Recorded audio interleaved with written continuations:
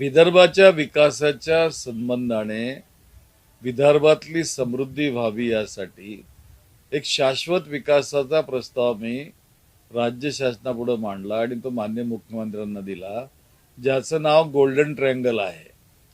त्यामध्ये दिल्ली ते नागपूर आणि नागपूर ते हैदराबाद हा इंडस्ट्रियल कॉरिडॉर व्हावा आणि त्या कॉरिडॉरला नागपूरला शक्तीपीठ मार्ग जोडतो आहे आणि मुंबईचा समृद्धीचा महामार्ग जोडतो आहे.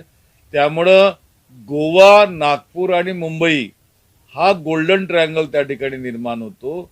त्या माध्यमातून या विदर्भाचा विकास त्या ठिकाणी वृद्धिंगत होऊ शकतो आणि विदर्भातल्या लोकांना रोजगार मिळणं, त्यांच्या उत्पादनाची निर्यात करणं वगैरे सगळ्या गोष्टी त्या ठिकाणी संभव्य होऊ शकतात, असा तो प्रस्ताव त्या ठिकाणी मांडण्यात आला. मात्र शेतकऱ्यांचा कुठतरी आपल्या जमिनी असल्यामुळे याला विरोध होतोय. काँग्रेस पक्ष असेल, महाविकास आघाडी शक्तीपीठ महामार्गाला विरोध दर्शविला असताना तुम्ही विकासाच्या मुद्द्यावरून जे आहे ते समर्थन दर्शवलं.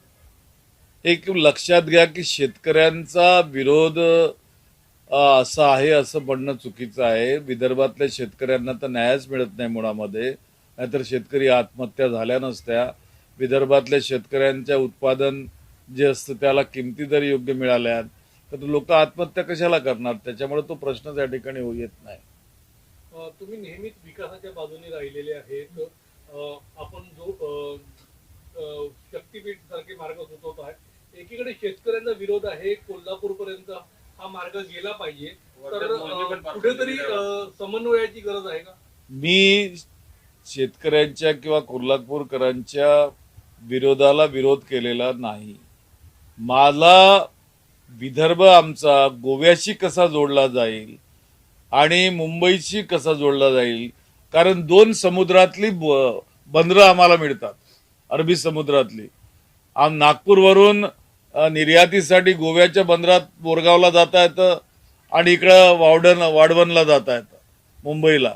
तर हे दोन मार्ग आम्हाला मिळतात, ज्याच्यापुढे गोल्डन ट्रायंगल होऊन आमच्या इथला उत्पादन निर्यात होऊ शकतं त्या ठिकाणी. हा त्याच्या पाठची रोजगार निर्मितीचा देखील हा एक मार्ग होऊ शकतो. अर्थातच 1,00,000 कोटीपेक्षा जास्त गुंतवणूक या ठिकाणी येऊ शकते आणि त्याच्यातनं रोजगार निर्मिती होऊ शकते. विदर्भात आपण बघितलं तर वर्ध्यामध्ये काही ठिकाणी जमीन मोजमाप सुद्धा झालेले आहे आणि शेतकऱ्यांना त्यांची मिळकत सुद्धा शासनाकडून मिळाली आहे.